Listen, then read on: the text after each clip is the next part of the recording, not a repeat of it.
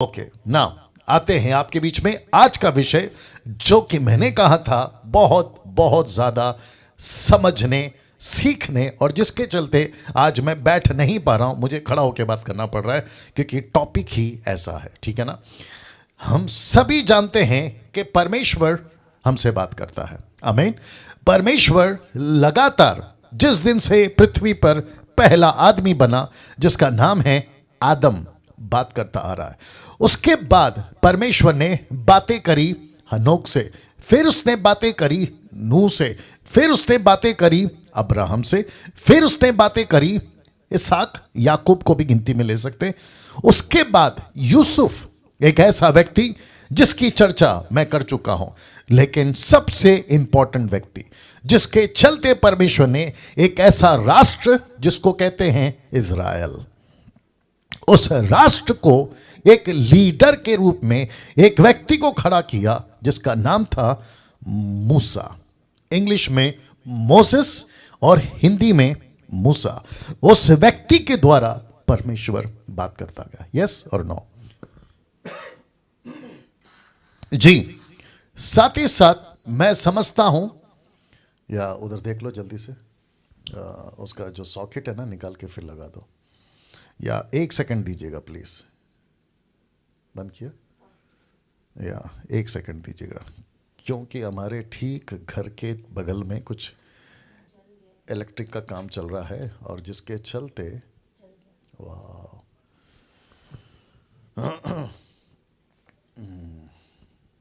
ये कैसे हो सकता है, देख लीजिएगा। अभी क्या करें?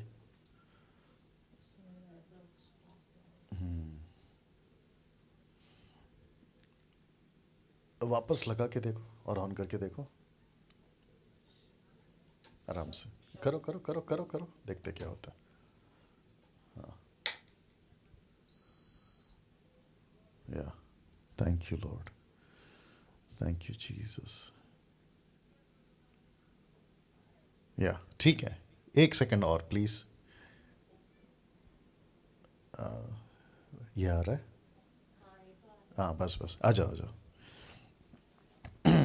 आप सभी जानते हैं कि सब ऑनलाइन है, सब वाईफाई पे काम चल रहा है और बहुत ज़्यादा डिपेंड रहना पड़ता है ये टेक्नोलॉजी के ऊपर। अगर एक भी पिन इधर से उधर हो जाता है तो दिक्कत हो जाती है। तो मैं कह रहा था कि एक ऐसा व्यक्ति जिसका नाम है मूसा, उसके द्वारा परमेश्वर ने इज़राइलियों से बात करी, जिसको कहते हैं एक ऐसा राष्ट्र जिसके अंदर परमेश्वर ने अपनी व्यवस्था लाई, परमेश्वर ने कैसी आराधना करनी वो लाई, परमेश्वर ने कैसे बलिदान चढ़ाना है वो लाया, परमेश्वर को कैसे मिलना है, किस तरीके से मिलना है, जिसका कल मैंने थोड़ा बहुत जिक्र किया था। ऐसे करते करते परमेश्वर यहोवा एलोहिम पहुंचा नबियों के पास, राजाओं के पास, और फिर लिखा है, नहीं पढ़ना, मैंने डाला नहीं है, ऐसे ही बता रहा हूं।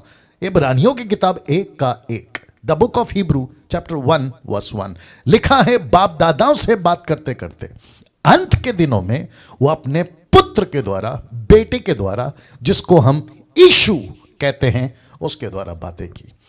तो वहां से लेकर, इसका मतलब है आदम से लेकर आपका नूह, आपका अब्राहम, उसके बाद जोसेफ, मोसेस, जोशुआ, फिर किंग्स, प्रॉफिट्स, और फिर करते करते करते यीशु।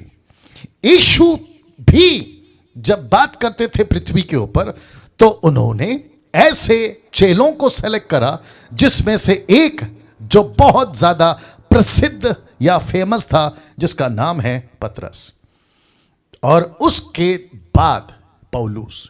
उसके बाद तो मानो आपकी और मेरी तब से लेकर अब तक मुझ जैसों की, आप जैसों की, जिसको कहते हैं ना, एक बहुत बड़ी लाइन लग गई सेवकों की, दास की, दासियों की। और उसी वजह से मैं हमेशा कहता हूं, पुरुष हो या स्त्री हो, दोनों काम कर सकते हैं। अब आप लोग सोच रहे होंगे कि पास्टर डैनियल आपने इतना इसको लंबा चौड़ा क्यों खींचा। बहुत ध्यान से सुनिए।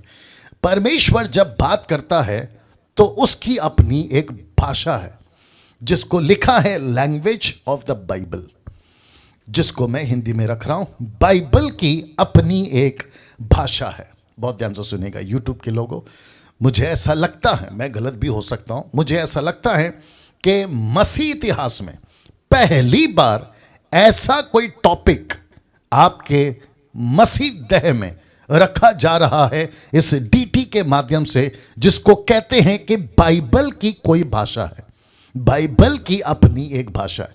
कैसे आज रखने की पूरी कोशिश करूंगा। और मैंने फर्स्ट डे कहा था, फर्स्ट एपिसोड पे, कि डैनियल राज किसी तरह से कोई भी कॉम्प्रोमाइज, गद्दारी नहीं करेगा परमेश्वर के वचन के साथ, ठीक है ना। तो आपने जैसे सुना कि बाइबल की अपनी एक भाषा है, इसका क्या मतलब है पास्टर डैनियल, आप बोलना क्या चाहते हैं? कुछ चीजें पहले रखूंगा, उसको देख लीजिएगा। तो सबसे पहले स्टेटमेंट्स, sarcastic, पैराबल्स, अपोक्लिप्टिक्स या अपोक्लिप्टिक, ऐसे कुछ शब्द आपने अक्सर सुन रखे होंगे। जितने भी बाइबल के स्कॉलर्स या जितने भी बड़े बड़े सेवक हैं, आपने कई बार मेरे मुंह से भी सुना होगा sarcastic स्टेटमेंट, अपोक्लिप्टिक जब डैनियल और रेवलेशन की किताब की स्टडी दे रहा था, पैराबल्स जो जीसस के हैं, और क्रिस्टल क्लियर स्टेटमेंट मैं हमेशा देता हूं। ऐसे शब्द जब आप सुनते हैं तो बाइबल पढ़ते वक्त में ये 4 शब्दों का 5, 6, 10 भी हो सकता था, बट मैंने इसको 4 ही रखा है, ठीक है ना। तो पढ़ते वक्त में आप जब पढ़ते हैं, आपको डिस्कशन करना है, परखना है, स्टेटमेंट कौन सा है, sarcastic कौन सा है, पैराबल्स क्या है, अपोक्लिप्टिक क्या है। ये डिस्कशन परख नहीं किया तो स्टेटमेंट को बना दोगे sarcastic को बना दोगे स्टेटमेंट, पैराबल्स को बना दोगे अपोक्लिप्टिक, और अपोक्लिप्टिक को बना दोगे पैराबल्स, इजंट इट। तो जिसके चलते आज मैं थोड़ा सा गुस्से में भी आऊंगा, क्योंकि बहुत सारे लोगों ने स्टेटमेंट को उठाकर sarcastic बना दिया और sarcastic को उठाकर, जी बोल दीजिए, स्टेटमेंट बना दिया। और जिसमें सबसे बड़ा गलती वह है जिसको कहते हैं टंग्स, अन्य भाषा। 1 कुरिन्थियों 14 अध्याय वचन 2 से लेकर 10 तक पौलुस की चाल, पौलुस की स्टाइल, पौलुस का टोन, पौलुस का तरीका अगर पता लगाओगे तो sarcastic बोलते बोलते वो बातों को कह रहा है कि तुम लोग कर क्या रहे हो, जबकि स्टेटमेंट अलग है, sarcastic अलग है, पैराबल्स अलग हैं, अपोक्लिप्टिक अलग है। लेकिन इन सब को डिस्कशन नहीं कर रही है, माफ करिएगा मेरे शब्दों को बर्दाश्त करिएगा, डिस्कशन नहीं कर रही है 21वीं सदी की मॉडर्न चर्चेस, 21वीं सदी की मॉडर्न चर्चेस। और ऐसे ऐसे प्रीचर्स, ऐसे ऐसे सेवक और ऐसे ऐसे so called bishop, reverend, apostle, doctor, degree इतनी बड़ी बड़ी है कि वो खुद ही उसके नीचे दब सकते हैं, इतनी बड़ी बड़ी डिग्री है, आप सोच नहीं सकते हैं। एक आदमी जिसको मैं जानता भी हूं, खैर नाम नहीं लूंगा, एक आदमी बिशप लगाता है, फिर डॉक्टर लगाता है, फिर अपोस्टल लगाता है, फिर रेवरेंड लगाता है, फिर लास्ट में अपना नाम डालता है। और उसको मैं अच्छे से जानता हूं, जिसको मैं बिठाकर टीचिंग देता था वो ऐसा आदमी है। तो फिर मुझे कितना लगाना चाहिए, सोचिए। ऐसी परिस्थिति है। तो ऐसे बाइबल टीचर, ऐसे प्रीचर और ऐसे दास अगर स्टेटमेंट को स्टेटमेंट की तरह ले, मैं उनको सैल्यूट करूंगा। sarcastic को sarcastic की तरह ले, कुछ लोग शायद नहीं जानते sarcastic का मतलब क्या है, आपको समझा देता हूं। जिसको कहते हैं व्यंग कसना, जिसको कहते हैं टॉन्ट मारना, जिसको कहते हैं ताना मारना, तो sarcastic का मतलब वो है। अगर sarcastic की तरह वचन है तो वैसा ही बोले, अगर बोलते हैं मैं उनको सैल्यूट करता हूं। जो पैराबल्स यानी कि दृष्टांत के रूप में जिसका जैसा इस्तेमाल होता है वैसा करें, मैं उनको सैल्यूट करूंगा। अपोक्लिप्टिक यानी कि चिन्ह की बातें जो अंत के दिनों से रिलेटेड है, अगर उसको वैसा पेश करते हैं तो मैं उनको सैल्यूट करूंगा। लेकिन अगर वो ऐसा नहीं करते हैं तो गुस्सा बहुत है। और मैं प्रभु से कहूंगा कि प्रभु ऐसे लोगों को अपनी देह से, मसीह की देह से, आप देखिए क्या करना है, आप देखिए क्या करना है, आप देखिए क्या करना है। Wonderful Jesus. नाउ इसको देखिए, बाइबल को पढ़ते समय आपको बहुत सतर्क रहना होगा। मैं रिपीट करता हूं, बहुत सतर्क रहना होगा, जिसका मतलब है कि जब भी आप कोई भी वचन पढ़े, आप बाइबल की कोई भी लाइन पढ़े, पढ़ते वक्त में आपको बहुत बहुत सतर्क का मतलब है होशियार, चौकन्ना, कैसे पढ़ रहे हो, इन सभी चीजों को आपको ध्यान देना बहुत जरूरी है। जो YouTube के लोग हैं आपसे भी बात कर रहा हूं, जो Zoom के DT के लोग हैं आपसे बात कर रहा हूं, टोटल बता देना। साथ ही साथ जितने भी देखेंगे, मैं उन सभी को कहना चाहता हूं कि एक भी लाइन पढ़ते वक्त में आपको बहुत सतर्क रहना है। पता है क्यों जी? सुन लीजिए, बिजली से खेलोगे बच सकते हो, आग से खेलोगे बच सकते हो, बाकी जो सबसे डेंजर स्नेक, कोबरा, जो भी आप बोलो, उससे खेलोगे बच सकते हो। जंगल का जो लायन है ना, उससे खेलो बच सकते हो, बिच्छू से खेलो बच सकते हो, लेकिन परमेश्वर के साथ खेलकर हम कभी नहीं बच सकते, या कभी नहीं बच सकते। और परमेश्वर के साथ खेलने का मतलब है परमेश्वर की कलीसिया में मनचाहा तरीके से बात करना, मनचाहा तरीके से स्टेटमेंट दे देना, मनचाहा तरीके से गड़बड़ कर देना। जहां स्टेटमेंट है वहां स्टेटमेंट दो, सरकास्टिक है सरकास्टिक दो, पैराबल्स है पैराबल्स दो, अपोक्लिप्टिक की बातें हैं वहां वो बताओ, लेकिन खिचड़ी नहीं बनाना है, खिचड़ी नहीं बनाना है। इस डीटी के माध्यम से मसीह मंथन के जितने मेंबर्स हैं उन सभी को भी कहना चाहता हूं, आपका छोटा भाई, बड़ा भाई, आप जैसे समझो, उस वसीले से मैं आपसे कहना चाहता हूं कि परमेश्वर के वचन को पढ़ते वक्त में बहुत बहुत ध्यान दीजिए, बहुत ध्यान दीजिए।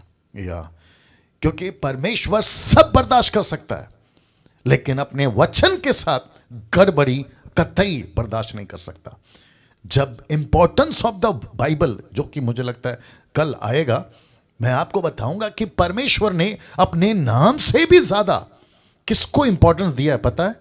अपने वचन को, वचन को महत्व दिया है। यीशु खुद को क्या कहता है पता है? वचन कहता है। यूहन्ना 1:1, जॉन 1:1, आदि में वचन था, वचन परमेश्वर के साथ था और वचन परमेश्वर था। अब आप सोच के देखिए कि एक पास्टर, आप जितने भी अभी मुझे जूम पे या फेसबुक पे, माफ करें, यूट्यूब पे देख रहे हैं, अगर आप पास्टर हैं, आप सोचिए, आप जब, गुडनेस गेट रेडी नाउ, आप सोचिए जब आप हाथ में बाइबल लेके खड़े होते हैं ना पुलपिट पे, आपके पैर, आपके हाथ कांपने चाहिए। यही तो कहता है पौलुस, यही तो कहता है मूसा, यही तो कहता है यशाया, कहता है कि प्रभु तेरे सामने आते वक्त में मैं कांपता हूं। वाह जब हम पुलपिट पे खड़े होते हैं, अभी मैं यहां खड़ा हूं, मैं आपसे बात कर रहा हूं, आपको मैं यकीन दिलाता हूं, मैं जब भी परमेश्वर के वचन को, छोटी सभा, बड़ी सभा, छोटा टाइम का, बड़े टाइम का, डीटी या रेवलेशन या डैनियल या एक्सेट्रा, जो भी बातें मैं करता हूं, मुझे एक डर होता है कि प्रभु कहीं मेरा स्टेटमेंट आपके विरोध ना हो जाए, कहीं मेरी कोई बातें आपको दुख ना पहुंचा दे, जिसके चलते मैं इसका ख्याल रखता हूं। और उसी वजह से मुझे हिम्मत आती है। मैं क्यों इतने, क्या कहते हैं ना, बिंदास या डेयरिंग में या हिम्मत के साथ क्यों बात करता हूं पता है? क्योंकि मुझे पता है कि मैं वचन के साथ में ठीक जस्टिफाई कर रहा हूं, मैं ठीक से उसको पेश कर रहा हूं। अगर मुझे खुद को यकीन नहीं है, मुझे खुद को संतुष्टि नहीं है, मैं हड़बड़ा जाऊंगा, मैं लड़खड़ा जाऊंगा, और जिसके चलते मैं समझता हूं कि आपके बीच में बातें नहीं कर पाऊंगा। लेकिन इतनी हिम्मत के साथ मैं इसलिए बात करता हूं क्योंकि मुझे पता है, और यही कहता हूं। कुछ लोग कहते हैं कि आप घमंडी हैं, ठीक है ना, मैं घमंडी हूं, मुझे घमंड है इस बात का घमंड है कि मैं परमेश्वर के वचन को जानता हूं। मैंने स्टॉक मार्केट में किसका रेट क्या चल रहा है, स्टॉक मार्केट समझते होंगे ना, जहाँ पे लोग पैसे कमाते हैं, मैंने वहाँ का नॉलेज नहीं पाया। मेरे कुछ लोग हैं जो मुझे कभी कभी कहते हैं कि डैनियल भाई आप एक पास्टर हैं, आपका पैसा कभी कभी स्टॉक मार्केट में लगाओ, आपको बेनिफिट होगा। मैंने कहा कौन जाएगा वहाँ, कौन दिमाग लगाएगा, मेरे पास में उतना वक्त नहीं है, मैंने वहाँ पर नहीं डाला अपना दिमाग। मैं साइंटिस्ट बनने नहीं गया, मैं डॉक्टर बनने नहीं गया, मैं मैकेनिक बनने नहीं गया, मैं दुनिया का कोई चीज़ को हासिल करने नहीं, नेता अभिनेता नहीं, मैंने अपना दिमाग इस वचन को पढ़ने में लगाया, मैंने अपनी एनर्जी इस परमेश्वर के अद्भुत बातों को पढ़ने में लगाया, उसको समझने में लगा। मैं फिर कहता हूं, बहुत ध्यान से सुनिए, बाइबल को पढ़ते वक्त में आपको बहुत सतर्क रहना है, जिसके चलते लिखा है क्यों, मैंने जानबूझकर इतने सारे क्वेश्चन मार्क डाल दिए क्योंकि आपको जिंदगी भर पूछते रहना क्यों क्यों क्यों। एक वचन रख रहा हूं जो कल भी रखा था, मुझे बहुत अच्छा लगता है ये। लूका की किताब 10:26, लूक 10:26। देखो इतना सा टुकड़ा क्या कहता है, देखो क्या लिखा है, तू कैसे पढ़ता है। बस ये हमेशा बाइबल पढ़ते वक्त में आपके जहन में, आपके दिमाग में होना चाहिए, क्या लिखा है डैनियल और तू कैसे पढ़ता है, क्या लिखा है निर्जला और तू कैसे पढ़ती है, क्या लिखा है एस्तर और तू कैसे पढ़ती है, और जितने प्रभु के दास दासी जी, क्या लिखा है। पढ़ते वक्त में खुद को पूछना है क्यों, क्योंकि आप पढ़ते वक्त में सतर्क रहते हैं। और जिसको यीशु कहता है बी केयरफुल, पता है क्यों? बहुत ध्यान से सुनिएगा, क्योंकि जैसे हम पढ़ेंगे वैसे सिखाएंगे, जैसे समझेंगे वैसे समझाएंगे, जैसे खुद को लेंगे वैसे दूसरों को देंगे। यस और नो? अगर सही ले लिया तो सही दे देंगे, अगर सही समझ लिया तो सही समझा देंगे, अगर सही तरीके से पढ़ लिया तो सही तरीके से पढ़ा देंगे, लेकिन अगर गलत कर दिया तो या सोचिए फिर क्या बेड़ा गर्क हो जाएगा। और ऐसे कितने हो गए, मैं रखूंगा आपके बीच में, आज रखूंगा मैं। बस अपने आप को तैयार करिए, मजबूत करिए, ठीक है ना। ये चित्र देख लीजिए, मैंने कोशिश करी है कि इस चित्र के माध्यम से मैं आपको समझा सकूं। आप देख सकते हैं कि एक सेवक है जो दूसरे एक व्यक्ति की जिसके अंदर चाहत है वो कुछ बता रहा है, जिसको वचन क्या कहता है, एक्ट्स चैप्टर 8:31। जी मेरा पोजीशन चेंज होता तो बता देना जी। वापस आते हैं, एक्ट्स चैप्टर 8:31 लिखा है, उसने कहा, किसने? खोजा ने, यूनक। किससे कहा? फिलिप से कहा। कहता है जब तक कोई मुझे ना समझाए मैं क्यों कर समझूंगा। सोचिए, फिलिप एक प्रभु का दास, वो जा रहा था कहीं और, पवित्र आत्मा ने लीड करा कि खोजा को मिलो, यूनक को मिलो, उसको जाकर बातों को समझाओ। यह पूछ रहा है फिलिप कि आप जो पढ़ रहे हैं आप समझते हैं? तो यूनक कहता है, खोजा कहता है, मुझे जब तक कोई नहीं समझाएगा, जीसस क्राइस्ट, मैं कैसे समझूंगा? मुझे प्लीज कोई समझाओ, मुझे कृपया करके बताओ। ये व्यक्ति कहता है मैं जानना चाहता हूं यशाया 53 क्या कहता है। ये व्यक्ति कौन है जो उफ तक नहीं कर रहा? ये व्यक्ति कौन है जिसको इतना पीटा जा रहा है? ये व्यक्ति कौन है जिसने इतना नम्र कर दिया? जब तक फिलिप ने नहीं समझाया ये खोजा को समझ नहीं आया। अब आप सोचिए, बहुत ध्यान से सुनना, और मैं चाहता हूं कि जितने भी बाइबल टीचर देश और विदेश में जो सच्चे हैं, जिनकी गिनती 10% में आती है, ठीक है ना, और जितने जूम पे प्रीचर्स हैं, मैं जानता हूं काफ़ी preachers, teachers, ladies, gents, male female, man women, सब हैं आप लोग। आप अपना हाथ को है ना अभी ले लो और पीठ थपथपाने के लिए तैयार हो जाओ। मैं आपको बताता हूँ क्यों। क्योंकि परमेश्वर गेट रेडी, माइकल को नहीं भेजा खोजा को बताने, परमेश्वर ने गैब्रियल को नहीं भेजा समझाने के लिए, परमेश्वर ने अपने 2 प्रॉफिट को नहीं भेजा जो अभी आएंगे अंत के दिनों में। जानते हो उसने किसको चुना? मुझ जैसे तीसरी क्लास 3 बार फेल, 5वीं क्लास 3 बार फेल, आप जैसे जिनकी कोई सूरत, पर्सनालिटी, आवाज, नॉलेज, बाइबल का डिग्री XYZ नहीं है, फिलिप जैसे राह चलतों को वो इस्तेमाल करता है किसी को समझाने के लिए। अब आप सोच के देखिए क्या गजब का परमेश्वर है। कहता है कि मेरी बाइबल को किसी को जाकर समझाने के लिए मैं तुमको चुनता हूं।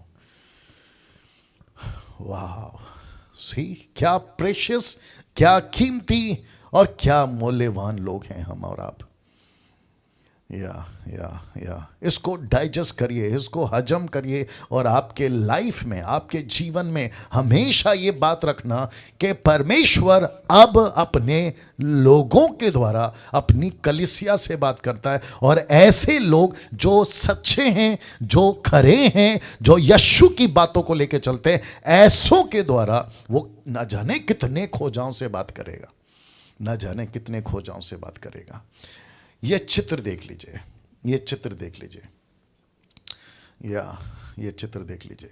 ये चित्र मैं पहले भी रख चुका हूं, लेकिन आप देख सकते हैं ये पौलुस है, ये तिमोती है और उसके फॉलोवर्स हैं। लिखा है पौलुस की तरह आपको किसी को साथ में रखना होगा। क्यों, मैं बता देता हूं। पहला तिमोथी 5:17 जानते हो क्या लिखा है? लिखा है जो प्राचीन अच्छा प्रबंध करते हैं, विशेष करके वे जो वचन सुनाने और सिखाने में परिश्रम करते हैं, बहुत ध्यान से देखिएगा, लिखा है 2 गुने आदर के योग्य समझे जाएं। अब मुझे नहीं पता कि यूट्यूब वालों आपने इस वचन का कौन सा एंगल पकड़ा, लेकिन आज मैं आपको इसका एक अद्भुत एंगल देता हूं, एक अद्भुत कनेक्शन देता हूं। कनेक्शन क्या है पता है? मैं आप वापस आता हूं। देखिए, जब मैं इसकी बात कर रहा था ना, किसकी, खोजा की, तो ऊपर से परमेश्वर फिलिप को क्या कहता था पता है? फिलिप, ये व्यक्ति है ना जिसका नाम खोजा है, ये मेरे को बहुत पसंद है, लेकिन इसकी एक प्रॉब्लम है, ये पढ़ रहा है लेकिन समझ नहीं रहा। ये पढ़ रहा है लेकिन समझ नहीं रहा, क्या तू इसको समझा सकता है? तो फिलिप ने परमेश्वर की आज्ञा का पालन किया, बोला यस प्रभु, मैं इसको समझाऊंगा। आपको पता है परमेश्वर ने फिलिप को दुगना आदर कैसे दिया, और यही दुगना आदर वो आपको और मुझे देता है। आप देखिए, जैसे ही फिलिप ने खोजा को बपतिस्मा दिया, ऐसा लिखा है कि फिलिप ऑन द स्पॉट उठा लिया गया और किसी दूसरे शहर में डाल दिया गया ताकि वो वहां प्रचार करे। इसको कहते हैं बिना किसी हेलीकॉप्टर या बिना किसी प्लेन या बिना किसी प्राइवेट जेट या बिना किसी लिफ्ट के, एलिवेटर के, ये व्यक्ति को परमेश्वर आदर देता है और इसको उठाता है। जो घंटों चल के जाना था, घोड़े पे, खच्चर पे, ना जाने क्या क्या, ऐसे चुटकी में पहुंचा देता है। परमेश्वर कहता है कि फिलिप, मैं तेरा आदर करता हूं क्योंकि तू ही एकमात्र अभी मेरा एवेंजलिस्ट है जो दूसरों को सुसमाचार सुनाएगा, जो दूसरों को वचन सुनाएगा। लिखा है जो वचन का प्रचार करते हैं, जो शिक्षा देते हैं, वो 1 नहीं 2 गुना आदर के योग्य हो। वाह। दूसरे शब्दों में परमेश्वर कहता है कि डैनियल, निर्जला, बाकी जितने प्रभु के दास, पास्टर्स और जितने यूट्यूब पे प्रभु के दास हैं देश में विदेश में, प्रभु कहता है कि मेरे पास में दूसरा ऑल्टरनेट है ही नहीं। मुझे अगर दुनिया को समझाना है तो मुझे तुम्हारा ही सहारा लेना होगा। अब आप सोचिए, ऐसे सेवक को, ऐसे पास्टरों को, ऐसे दासों को अपनी कितनी तैयारी करनी होगी, खास करके किसमें? वचन में।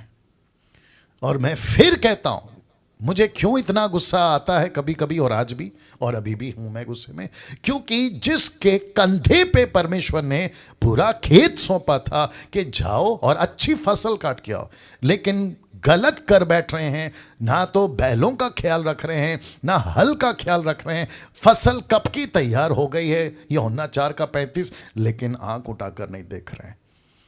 और जिसके चलते परमेश्वर को क्या करना पड़ रहा है पता है?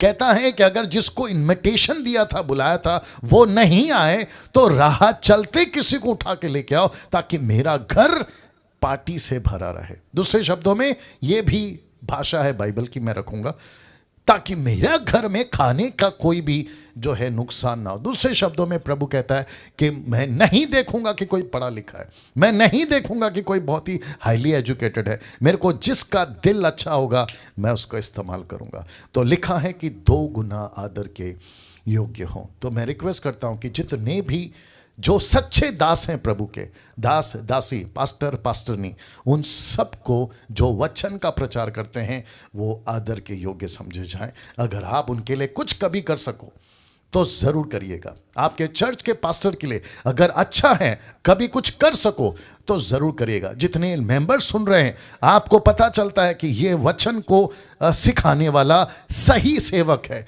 वचन को कॉन्टेक्स्ट में सिखाता है, गड़बड़ी नहीं करता। मैं रिक्वेस्ट करता हूं कि ऐसे लोगों का जरूर आदर करें, क्योंकि लिखा है कि जो वचन सिखाते हैं वो 2 गुना आदर के योग्य समझे जाए। ये फोटो देख लीजिए प्लीज। अच्छे सेवकों को साथ में रखो जिनको बाइबल का पूरा ज्ञान है। जी, मैं रिक्वेस्ट करता हूं, जितने यूट्यूब के लोग हैं आप भी सुनिएगा, मेरे को बीच बीच में टोटल बताते रहना, ठीक है ना? जितने यूट्यूब के लोग हैं, मैं आपको भी कहना चाहता हूं कि अच्छे सेवकों को साथ में रखो। जिसके पास में बहुत सारा ज्ञान है, जिसके पास में संसार का ज्ञान की बात कर रहा हूं, याद रखो, जिनके पास में बहुत बड़ा पैसा है, जिनकी चर्च बहुत बड़ी है, जिनकी वर्शिप बहुत ज्यादा होती है, जिनका इक्विपमेंट्स बहुत हाईटेक का है, उनके पीछे अट्रैक्ट होकर कभी नहीं जाना। उसको आप जब भी किसी सेवक को या प्रभु के दास को या प्रभु के वचन को सिखाने वाले को, अगर वो साइकिल पे भी घूम रहा है लेकिन उसके पास में वचन का ज्ञान है, उसको जरूर साथ में रखिए।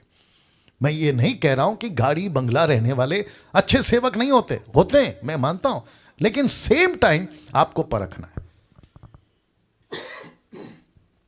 यस, आपको परखना है, या आपको परखना है। तो फिर कह देता हूं, अच्छे सेवकों को साथ में रखो, उनके टच में रहो। आपको कुछ भी नहीं समझता है, टक करके फोन करो ऐसे सेवकों को, पास्टर जी नहीं समझ में आ रहा, ब्रदर नहीं समझ में आ रहा, सिस्टर नहीं समझ में आ रहा, मैं क्या करूं, है ना। आप जिस किसी भी देश विदेश से हैं, आप तुरंत कॉल करना है, इसके पहले कि आप बाइबल को लेकर कंफ्यूजन में हैं। आप एक सेवक को पूछो। वापस से कहता हूं कि तिमोथी के पास में एक ऐसा लीडर था जिसको कहते हैं पौलुस। तो मैंने लिखा है, पौलुस की तरह आपको किसी को अपने साथ रखना होगा, ताकि वक्त वक्त पर ऐसे लीडर आपको जो हैं सही मार्गदर्शन करते रहें ना। मैं समझता हूं कि यह वचन आप समझ गए हैं, और जिसके चलते आपको एक अच्छे सेवक अपने साथ रखना बहुत जरूरी है ना। कई लोगों ने ठीक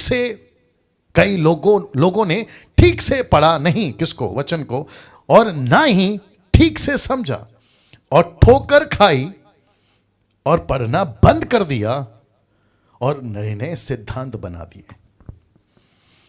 वापस आता हूं, क्योंकि लीडर सही नहीं मिला, अच्छे अगुवे को नहीं रखा साथ में, जिसके चलते लोगों ने ठीक से नहीं पढ़ा, एक, दूसरा, और ना ही ठीक से समझा, तीसरा ठोकर खाई, क्योंकि वचन ठोकर खिलाता है, मैं रखूंगा आज, ठोकर खाई, और जिसके चलते कुछ लोगों ने तो बाइबल को पढ़ना बंद कर दिया, लेकिन कई ऐसे हैं जिन्होंने नए नए सिद्धांत बना दिए। क्यों? क्योंकि पौलुस नहीं था ना उनके पास। जैसे हारून के पास में, कोई मदद कर दीजिए प्लीज, मूसा नहीं था। जैसे ही लोगों ने कहा कि हमारे लिए ईश्वर बना, हारून ने क्या किया? तुरंत, जिसको कहते हैं ना मूर्खता का काम किया, एक ऐसा वस्तु बना दिया जो कभी लिस्ट में आ ही नहीं सकता, जो परमेश्वर की तुलना में खड़ा हो ही नहीं सकता। लेकिन क्यों ऐसा भटक गया? क्योंकि उसके पास में जी एक सही मार्गदर्शक नहीं था। और आपको अभी मेरा जो शिफ्ट है, अभी गियर शिफ्ट होगा, आप ये फोटो देख लीजिए सबसे पहले। आपको पता है ये क्रूस आज पूरी दुनिया में क्यों फेमस है पता है? क्योंकि इसका जिक्र बाइबल में है। लिखा है, क्रूस के बारे में पढ़ा और पहनने का सिद्धांत बना दिया। तो जिसने फर्स्ट टाइम पढ़ा था ना, उसने गलती क्या करी पता है? उसने इस बाइबल की भाषा को नहीं समझा, इस बाइबल के इंटरप्रेट को नहीं समझा। उसने क्रूस के बारे में पढ़ा, एक टुकड़ा क्रूस, दैट्स इट, उसको उठा लिया और वहां से सिद्धांत बना दिया, जिसको इंग्लिश में कहते हैं डॉक्ट्रिन बना दिया। और आपको शायद नहीं पता है, यूट्यूब के लोगों, आपको शायद नहीं पता है, देश हो या विदेश हो, आज क्रूस पहनने की एक, क्या कहते हैं ना, फैशन सा हो गया, एक फैशन हो गया। हाथ में क्रूस, गले पे क्रूस, कभी लकड़ी का, कभी प्लास्टिक का, कभी सोने का, कभी चांदी का, और पहनते इतने रुबाब से हैं और कहते हैं कि देखो मैं ईसाई हूं। तो हिंदू, मुस्लिम और सिख, बुद्धिस्ट वो अपना पहनेंगे कि देखो हम मुस्लिम हैं, हम हिंदू हैं, हम बुद्धिस्ट हैं, हम सिख हैं, अलाना फलाना। तो क्रिश्चियन भी उसमें से एक आ गया, कहते हैं कि ओके तुम्हारा धर्म वो है, मेरा धर्म ये, तुम्हारा रिलीजन वो है, मेरा रिलीजन। लेकिन यीशु ने कभी, बहुत ध्यान से सुनिए, यीशु ने कभी क्रूस इस तरीके से इस्तेमाल करने के लिए नहीं दिया था। वाह, नहीं दिया था।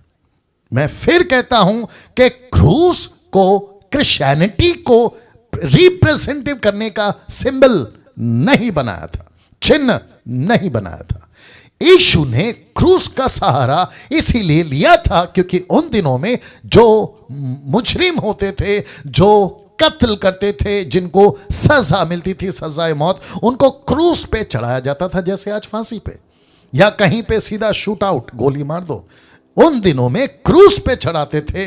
लेकिन क्योंकि किसी के पास में पौलुस नहीं था, किसी के पास में लीडर नहीं था, किसी के पास में ऐसा वचन को सिखाने वाला नहीं था, तो उसने क्या किया, सच्चे सेवक को साथ में नहीं रखा और बाइबल के इंटरप्रेट को, बाइबल की भाषा को गलत तरीके से लेकर ठोकर खाई, पढ़ना बंद कर दिया, नए नए सिद्धांत बना दिए और उसमें से यह है क्रूस।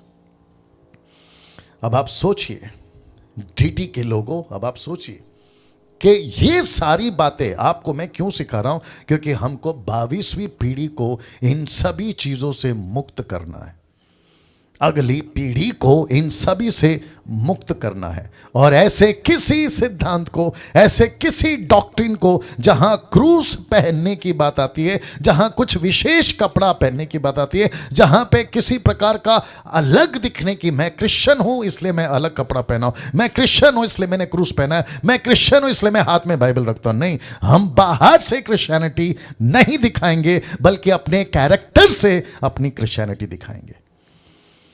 वाह, सी या नाउ ये चित्र देख लीजिए पहले, क्योंकि बहुत जोरों से अदर कंट्रीज में, वेस्टर्न कंट्रीज में ये बहुत जोरों से चल रहा है आज भी।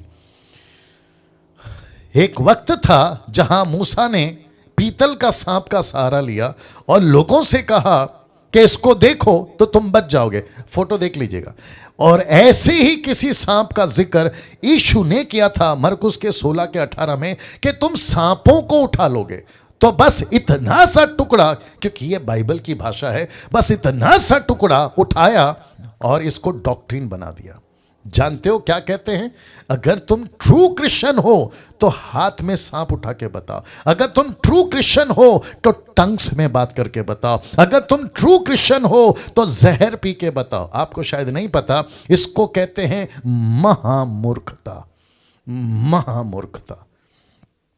ऐसा किसी चीज की प्रैक्टिस यीशु ने करने को नहीं कही, ऐसा किसी चीज की सिद्धांत यीशु ने नहीं बनाया, बल्कि यीशु ने कहा जो विश्वास करेगा उसमें इनबिल्ड समझते हैं, उसके अंदर ये बातें आ जाएगी कि वो जब सुसमाचार सुनाने जाएगा तो वो दुष्ट आत्माओं को निकालेगा, नई नई भाषाओं को बोलेगा, सांपों को उठा लेगा। मतलब कॉन्टेक्स्ट को समझना होगा। ब्लैक मैजिक, जादू टोना, नाशक वस्तु, ब्लैक मैजिक, अगर खा जाए कुछ नहीं होगा, बीमारों पे हाथ रखेगा वो चंगा हो जाएगा, ये है इसका असली मतलब।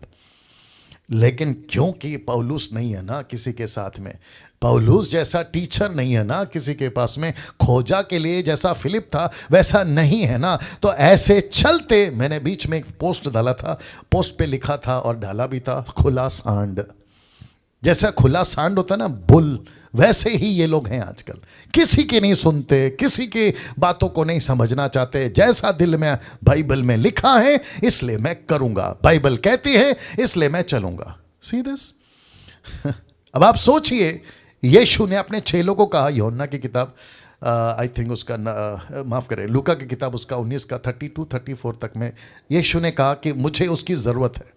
दरअसल में वो एक गधा था, मुझे उसकी ज़रूरत है, डोंकी।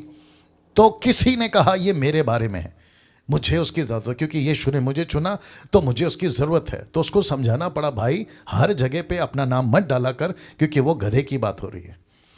आगे आप समझदार हैं। कई बार वचन को हम पढ़ते हैं आगे पीछे ऊपर नीचे नहीं पढ़ते, जिसका मैंने कल भी बहुत जिक्र किया और आगे भी करूंगा। तो इस वचन का एक टुकड़ा जहां लिखा है सांपों को उठा लेंगे, तो उठा लिए, देखो। और ऐसे उठाने के चक्कर में क्या कहते हैं, कोबरा और फिर न जाने कितने जहरीले सांप ने लोगों को डसा है, उनकी मौत हो गई है। और जिसके चलते कहते हैं कि इनका विश्वास अच्छा नहीं था इसलिए ये मर गया। गजब है यार, हद हो गई। अब ऐसे लोगों के साथ ये इसलिए हो रहा है क्योंकि इनको मेंटर, इनको पौलुस, इनको सही सिखाने वाला, जो वचन की शिक्षा देते हैं ना, जो बाइबल की बातों को सिखाते हैं, वो नहीं होने के चलते ये परिणाम है। अब ये फोटो देख लीजिए पहले, और साथ ही साथ ये फोटो। अब आप लोग समझ गए होंगे, जी हां, इसको कहते हैं कि यीशु मसीह 40 दिन उपवास फास्टिंग में गए थे। बस इतना सा टुकड़ा वहां से उठा लिया और फास्टिंग के बारे में पढ़ा और फास्टिंग शुरू। अब आप सोचिए आप सोचिए, ऐसे लोग हैं, वचन को पढ़ते हैं, कुछ छोटा सा पोर्शन उठाते हैं, उसकी डॉक्ट्रिन बनाते हैं। वो इसलिए बनाते हैं क्योंकि उनके पास में फिलिप के जैसा समझाने वाला नहीं था, पौलुस के जैसा समझाने वाला नहीं था, और जिसके चलते ऐसी डॉक्ट्रिन बनना शुरू हो जाती है। और आप लोगों को पता है कि अभी जो चल रहा है लेंथ डे, बहुत जोरों से चल रहा है, और मुझे नहीं पता कि इसको कहते हैं आसमान से गिरे, जी किसी को पता होगा, खजूर में अटके। ये ऐसे थे जब संसारिक थे तो भी बंधन में, आत्मिक में है तो भी बंधन में, जब बाहर थे तो भी रिचुअल फॉलो करते थे। अब मसीह में है, स्वतंत्र हो गए, लेकिन नहीं, अपनी अपनी रिचुअल्स बना रहे। कभी यहूदियों का फेस्टिवल, तो कभी क्रिसमस को एक फेस्टिवल, गुड फ्राइडे को एक फेस्टिवल, या फिर ईस्टर संडे को, अरे बाप रे। और अभी फास्टिंग बहुत जोरों में। और साथ ही साथ कुछ मूर्ख लोगों ने, मुझे माफ करिए मैं गुस्से में हूं, कुछ मूर्ख लोगों ने इसकी तो ऐसी टीचिंग दी है कि जब तक फास्टिंग नहीं करोगे आपको पवित्र आत्मा का दान नहीं मिलेगा। Can you believe this? इसको टोटल नॉनसेंस कहते हैं, इसको टोटल नॉनसेंस कहते हैं। वापस आता हूं, बल्कि बाइबल कहती है 1 कुरिन्थियों 12 अध्याय में, पवित्र आत्मा डिसाइड करता है। First Corinthian chapter 12 verse 11 and 10 से 11 तक वो कहता है कि पवित्र आत्मा डिसाइड करेगा कि किसको कौन सा दान देना है, डैनियल और आप नहीं। Can you believe this? अच्छा, जब फास्टिंग करके नहीं मिलता है, इनकी इच्छा पूरी नहीं होती है, ये बैकस्लाइड तक हो जाते हैं। फिर प्रार्थना ठंडा, प्रार्थना का जीवन ठंडा। मैंने इतना उपवास किया, मेरे शरीर को कमजोर कर लिया, मैं खाना खाने के लिए इतना बेचैन था, लेकिन प्रभु तेरे लिए मैंने वो तक त्यागा। लेकिन तू कैसा निर्दयी है, तू कैसा कठोर है, मेरी 40 दिन की फास्टिंग को आपने रिस्पेक्ट नहीं किया। आज के बाद में मैं बाइबल नहीं पढ़ूंगा, प्रार्थना नहीं करूंगा, XYZ। अब बताइए इसको ठोकर कौन खिला रहा है? ऐसे लोग जो ऐसा प्रचार करते हैं कि जब तक तुम फास्टिंग नहीं करोगे आपका आत्मिक जीवन ठीक नहीं होगा। तो मैं कितनों को जानता हूं, क्योंकि मसीह मार्केट में 28 साल से हूं, मैं कितनों को जानता हूं जो कितना भी फास्टिंग कर ले, लेकिन जिंदगी वही चल रही है, वही पॉर्न वीडियोस, वही उल्टी सीधे गालियां, वही झगड़ा, वही पैसे का लालच, वही संसार का जीवन, वही थिएटर में जाके 3 घंटा बैठ के आते हैं। क्या फर्क पड़ गया बताइए? तो इसको कहते हैं बाइबल की भाषा को नहीं समझे। मैं और रखूंगा। ये चित्र देख लीजिए आप लोग, वर्शिपिंग मैरी, मरियम की पूजा। दरअसल कहां से शुरू हुआ? यहां से, लूका 1 का 43, लूक 1:43। बहुत ध्यान से देखिएगा, मजा आएगा आप लोगों को, ठीक है ना? और आपको शायद पता नहीं है, बात करते करते आधा घंटा हो गया, पता तक नहीं चला, है ना? देखिए लिखा है, यह अनुग्रह, कौन कह रही है? उसकी मां जिसका नाम है यूहन्ना, एलिस्बा कहती है, यह अनुग्रह मुझे कहां से हुआ? बहुत ध्यान से सुनना, कि मेरे प्रभु की माता। Can you believe this? कहती है मेरे प्रभु की माता मेरे पास आई है। बस ये इतना सा टुकड़ा, मेरे प्रभु की माता। उसके बाद से जो कॉन्सेप्ट शुरू है ना कैथलिक वालों का, कि जब तक मरियम से प्रार्थना नहीं करेंगे तब तक बेटे से मांग के कोई फायदा नहीं है। तो बेटे के पास बाद में जाओ, लेकिन मां के पास पहले आओ। अब आप सभी जानते हैं ये कॉन्सेप्ट टोटली नॉन बिब्लिकल है, लेकिन इसको, क्योंकि पौलुस नहीं है ना, क्योंकि फिलिप नहीं है ना, क्योंकि अच्छे लोग नहीं है ना सिखाने वाले, तो बहकते गए बहकते गए बहकते गए। और मरियम की पूजा, माय गुडनेस, कैथलिक वाले 50% क्रिश्चियन कम्युनिटी में 50% है ये लोग, और जिसके चलते कैंडल लगाना, घंटों आंसू बहाना, घंटों घुटने पे नील डाउन होकर मरियम से, माता मरियम से प्रार्थना करते रहने वाली फीलिंग के साथ, जिसको कहते हैं रॉन्ग डॉक्ट्रिन के बंधन में आ गए और पूरी जिंदगी इसमें निकाल देते हैं। मेरे जो इन लॉज हैं, मेरे जो वाइफ के माता पिता हैं, वो पूरा ऐसे करते करते अभी तक ऐसे करते करते चल रहा है। बड़ा दुख की बात है। मेरा खुद का भाई बीच वाला जिसका नाम थॉमस है, वो भी अभी तक इसी में है। किसके चलते? एक छोटी सी लाइन, क्या लिखा है? मेरे प्रभु की माता। अब ये फोटो आपको शायद पता होगा, ये वो महिला है जिसके बारे में शायद आप लोग सुने होंगे। ये कहती है कि ये मदर है, ये ऊपर बैठा जो परमेश्वर है ना, ये खुद को उसकी मदर घोषित करती है। और आपको शायद नहीं पता है कि ऐसे बहुत सारे लोग जिसको कहते हैं world mission society church of God, mother Jerusalem, माता यरूशलेम, सुना होगा आप लोगों ने।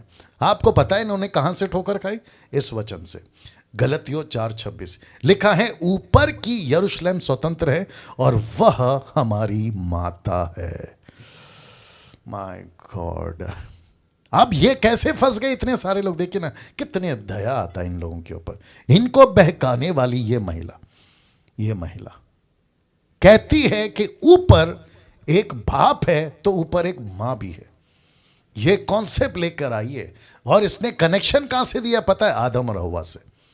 कहते जैसे परमेश्वर ने पुरुष और स्त्री को बनाया, वैसे ही परमेश्वर भी ऊपर एक पुरुष और एक स्त्री है, और मैं वो मां हूं, और तुम लोग ये कॉन्सेप्ट को लेके चलो। और आपको पता है टोटली नॉनसेंस है ये, और जिसके चलते बहुत बड़ा तबका आज भी बहुत जोरों से इनका काम चल रहा है। अगर कोई यूट्यूब पे, जूम पे अगर इनको कोई फॉलो करता है, मैं रिक्वेस्ट करता हूं कि अनफॉलो करो, अनसब्सक्राइब करो, जाना बंद करो, इनको घर पे बुलाना बंद करो, क्योंकि ये तो डूबेंगे नहीं, डूब चुके हैं, तुमको भी ले डूबेंगे और बेड़ा गर्क हो जाएगा ना। इसको देखिए, बहुत ध्यान से समझना है। अब यहां से अब हम दूसरी शिफ्ट पे जा रहे हैं। जब भी आप बाइबल को पढ़ते हो तो आपको एक अलग भाषा पढ़ने को मिलती होगी।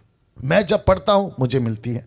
मैं जब पढ़ता था, शुरुआत के दिनों की बात कर रहा हूं, मुझे बहुत मिली थी, जैसे कि आप लोगों को भी मिली होगी। जैसे कि ये क्या कहते हैं ना, एग्जाम्पल के रूप में आपके लिए फोटो रखा है, जिसको यूहन्ना की किताब 15:1 क्या कहता है? देखो, the book of John chapter 15:1 क्या कहता है? देखो, सच्ची दाखलता मैं हूं, मेरा पिता किसान है। ये कौन सी भाषा है?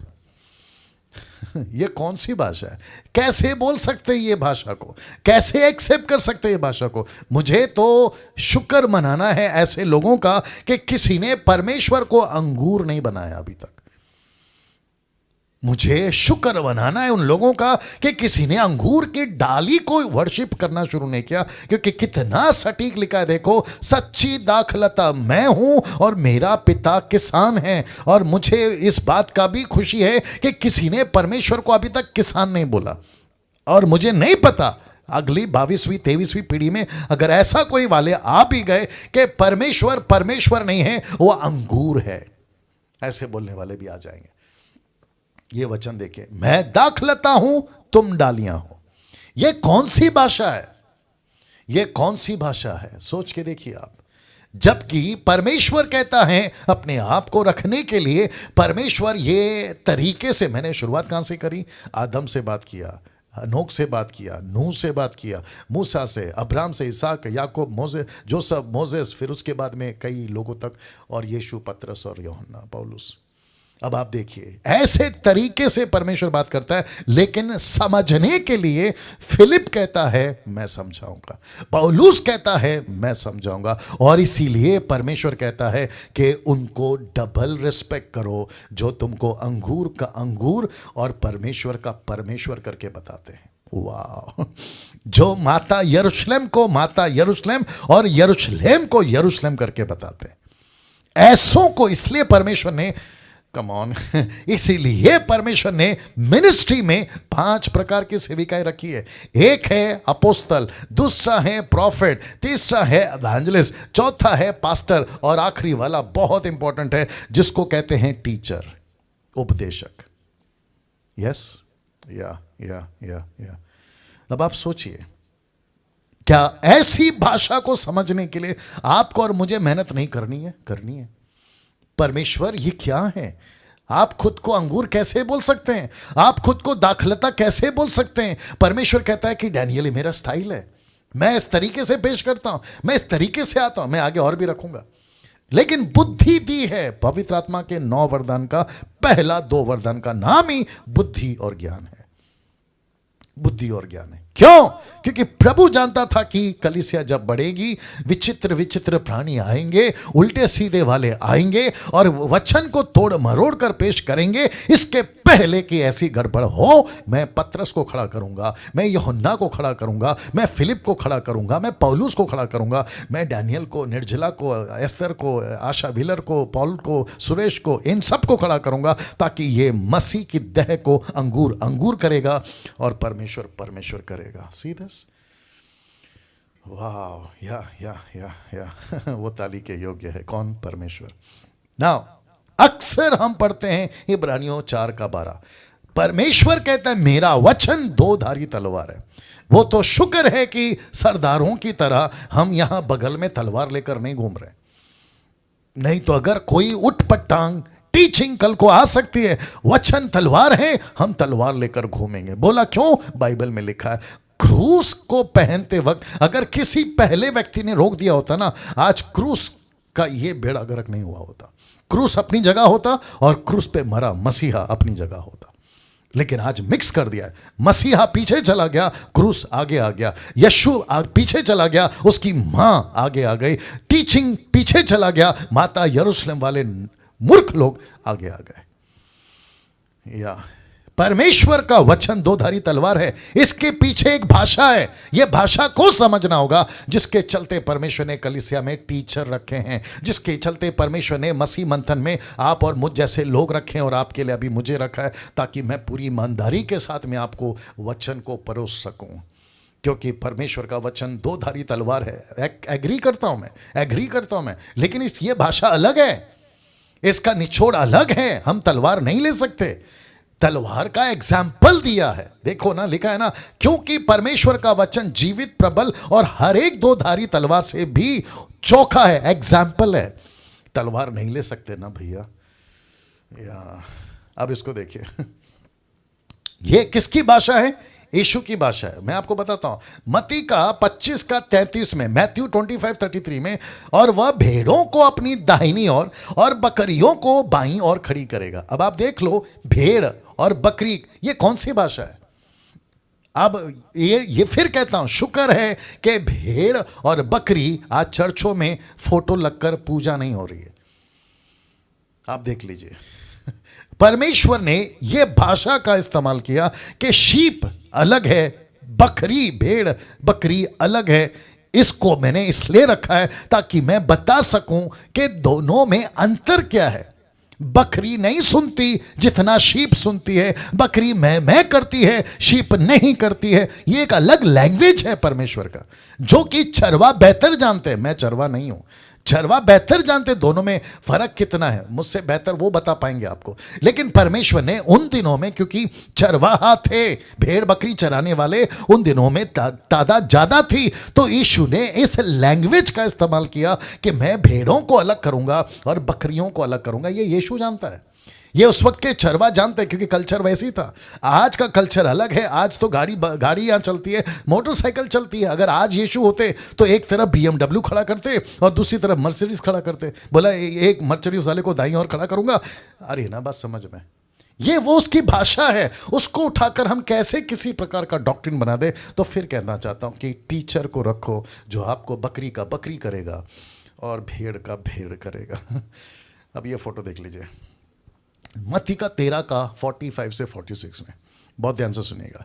लिखा है स्वर्ग का राज्य एक व्यापारी के समान है जो अच्छे मोतियों के खोज में था, और जब उसे एक बहुमूल्य मोती मिला तो उसने जाकर अपना सब कुछ बेच डाला और उसे मोल लिया। ये किसकी भाषा है?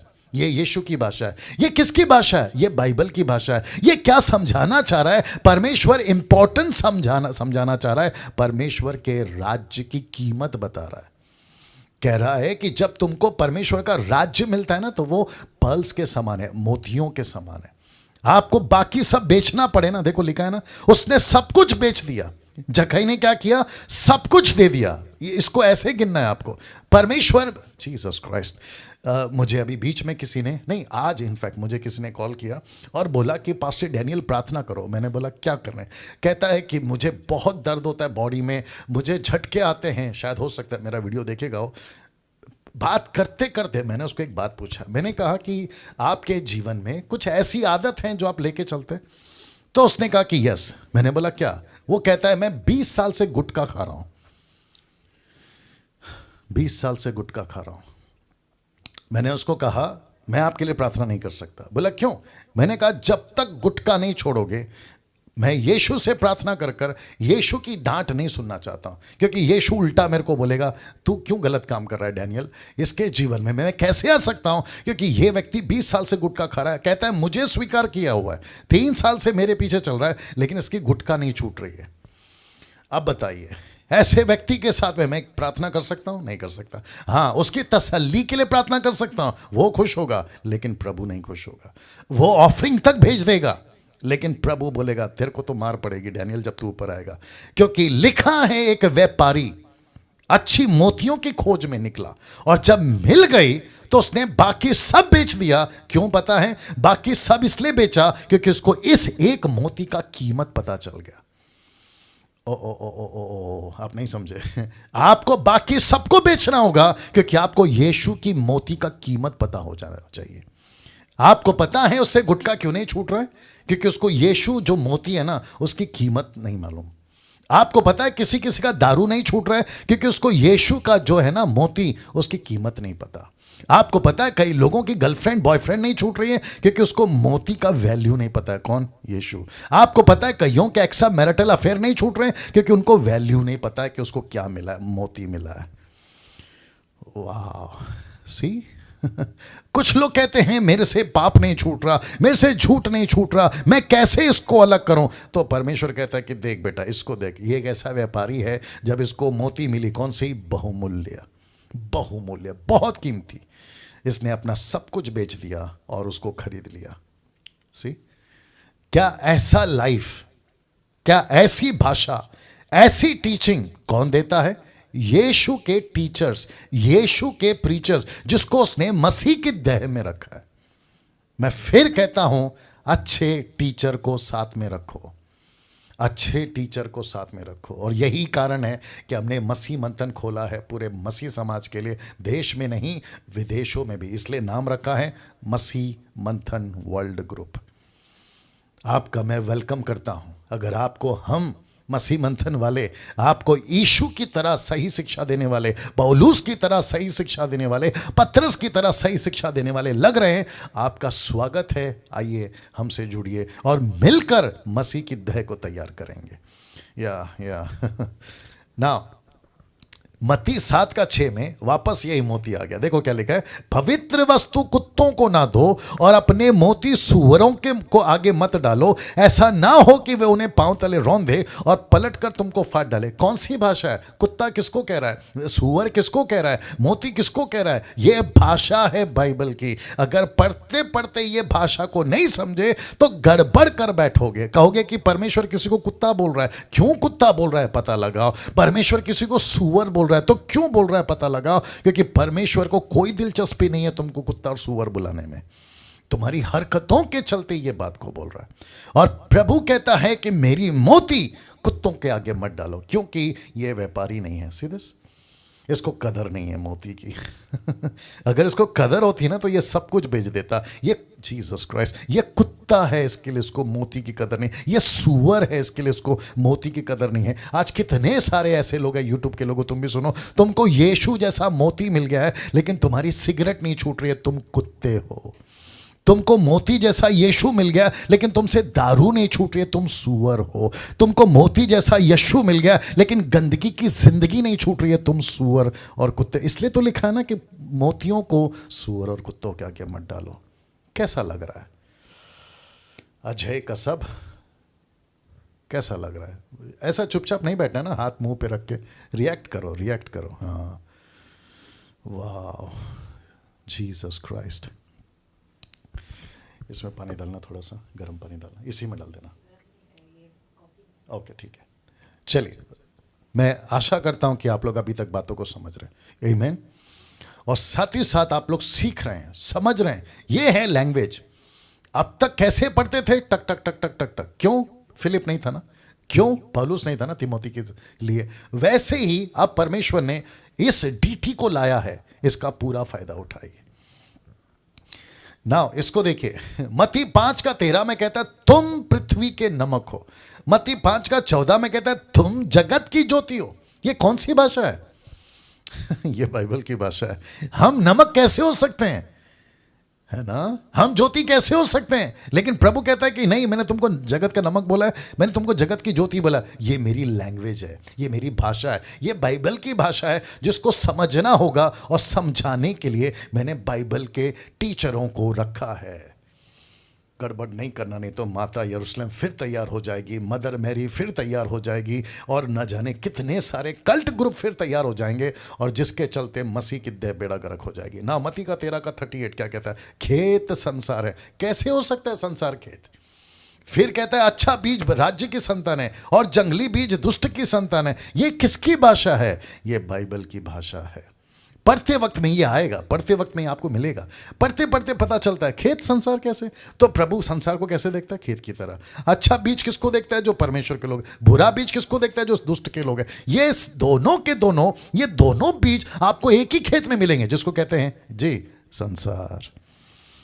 राइट जाओ तो मिलेंगे, लेफ्ट जाओ तो मिलेंगे, यहां जाओ तो मिलेंगे, शॉपिंग मॉल में जाओ तो मिलेंगे। अच्छा कभी कभी लोग कहते हैं कि प्रभु ये दुष्टों को हटा क्यों नहीं देता? परमेश्वर कहता कैसे हटाऊं? पूरा खेत में लगे पड़े हैं और तब तक नहीं काट सकते जब तक कटनी का समय नहीं आएगा। ये साथ में चलेंगे, लेकिन हमको क्या करना है पता है? हमको इनके बीच में रहना है, लेकिन इनके जैसा नहीं बनना है। वापस बोलना पड़ेगा। हमको इनके बीच में रहना है, लेकिन इनके जैसा नहीं बनना है। हमारे चारों तरफ संसार है, बहुत ध्यान से सुनना। हमारे चारों तरफ संसार है। पिक्चर के गाने हैं, संसार की बातें हैं, झूठ है, गालियां हैं, धोखा है, क्या कहते हैं, घूस है, भ्रष्टाचार है। उसके बीच में आप जगत की ज्योति हैं, उसके बीच में आप नमक हैं, उसके बीच में आप अच्छा बीज हैं। ऐसे जीना है, यीशु ने कहा ऐसे जीना है। क्या करूं, और एक बोलने का इच्छा हो रहा है, बोल देता हूं। बीच में किसी ने मुझे कॉल किया, नाम नहीं बताऊंगा, शहर का नाम नहीं बताऊंगा। मुझे कहा कि पास्टर डैनियल थोड़ा सा झूठ बोलना पड़ता है। क्या बोलना पड़ता है? थोड़ा सा झूठ बोलना पड़ता है। अच्छा अगर आपने थोड़ा सा भी नमक में आपका अंदर से नमक निकल गया तो आप किसी के स्वादिष्ट बनेंगे? थोड़ा सा नमक निकल गया, नहीं बन सकते। आप जगत की ज्योति हैं, थोड़ा सा अंधकार आ गया, आपको लाइट बोल सकते? नहीं बोल सकते। राज्य के अच्छे बीज हैं आप, लेकिन थोड़ा सा बुरा बीज आ गया, आपको पता है एक डाली कौन सी निकलेगी? बुरा वाला। सोच के देखिए आप। तो दूसरे शब्दों में, कहीं से भी किसी भी तरीके से कोई भी गुंजाइश या किसी भी तरीके से कोई भी रास्ता नहीं है। नमक हो तो नमक की तरह जियो, ज्योति हो तो ज्योति की तरह जियो, राज्य की संतान हो तो राज्य की संतान की तरह जियो। That's it.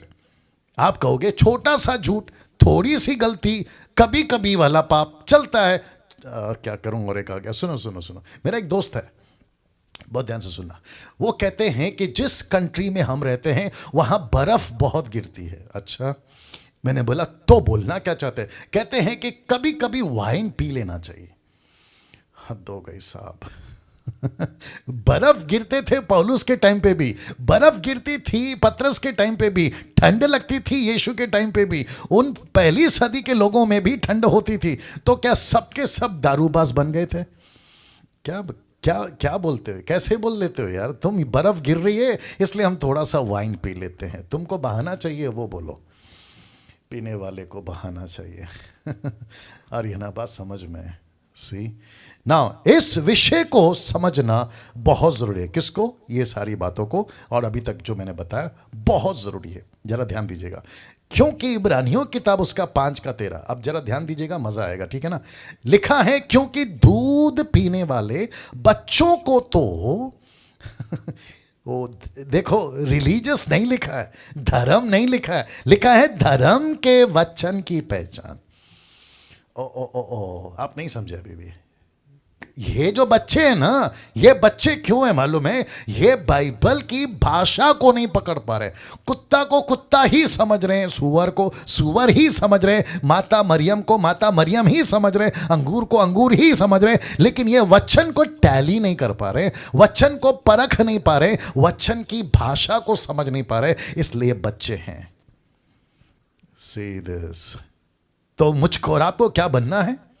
इस दूध पीते वाले बच्चे की अवस्था से बाहर निकलकर, इस उम्र से बाहर निकलकर हमको श्याना बनना है, मैच्योर बनना है, परिपक्व बनना है। और जहां पे पौलुस अपेक्षा करता है कि वक्त के हिसाब से तो तुमको गुरु वर्ड है ना, बहुत बड़ी बात है, जिसको कहते हैं टीचर, जिसको कहते हैं दूसरों को सिखाने वाला, लेकिन खुद ही दूध पीने वाला बच्चा। किस में? वचन में, वचन में। वाह। मेरी इच्छा क्या है पता है? मसीह मंथन के डीटी के जितने भी मेंबर्स जो मुझे सुन रहे हैं कई समयों से, आप सब के सब है ना एक्सपर्ट, जिसको कहते हैं ना एक्सपर्ट, वचन के ढाई से टक टक टक।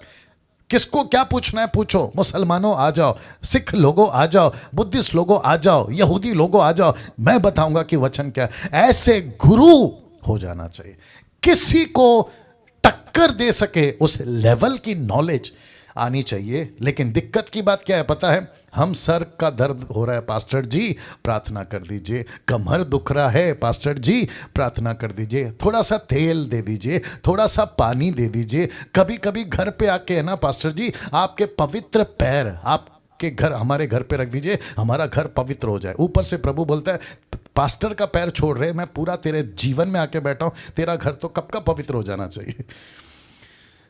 Jesus Christ. सी नाउ, एक दुखद घटना आपके बीच में रखने जा रहा हूं, बहुत बहुत दुखद घटना। मुझे ऐसा लगता है इनको पूरी जिंदगी पछतावा अनंत काल तक होता रहेगा। जानना चाहते कौन लोग हैं ये लोग? जी रखता हूं, और नंबर देखो क्या है, 666, यूहन्ना 6:66, यूहन्ना 6:67, ठीक है ना।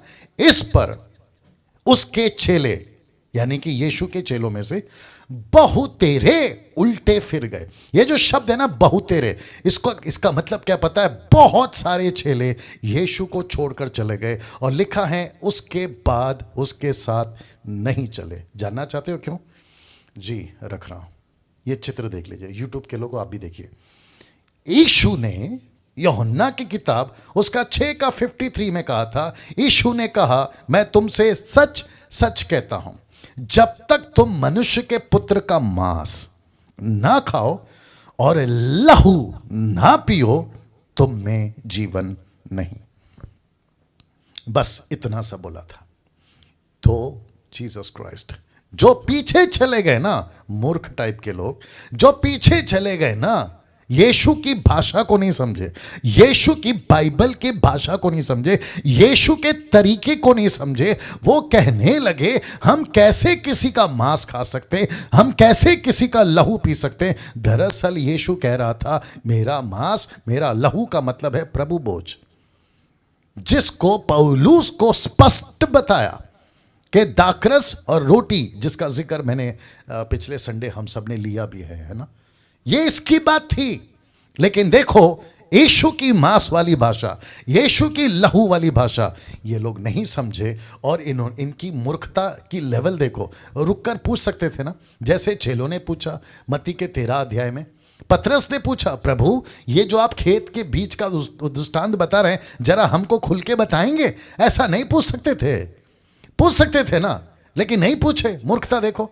मैंने क्या रखा था कि जब पढ़ते हैं नहीं समझते तो क्या करते हैं, पढ़ना बंद कर देते हैं और यीशु को छोड़ देते, नहीं तो कोई दूसरा सिद्धांत, नहीं तो डॉक्ट्रिन बनाते हैं। इन्होंने भी वही किया। जब नहीं समझा, क्या करूं? अभी जितने यूट्यूब पे मसीह मंथन के लोग, आप लोग, और जूम पे लोग हैं, आपको भी कभी कभी है ना मेरी बातें नहीं समझ में आती है, तो आप लोग क्या करते हैं, उल्टा सीधा वीडियो बनाते कि डैनियल राज ने ऐसा करा, डैनियल राज ने वैसा बोला। उसके बजाय आके पूछो यार, आके पूछो।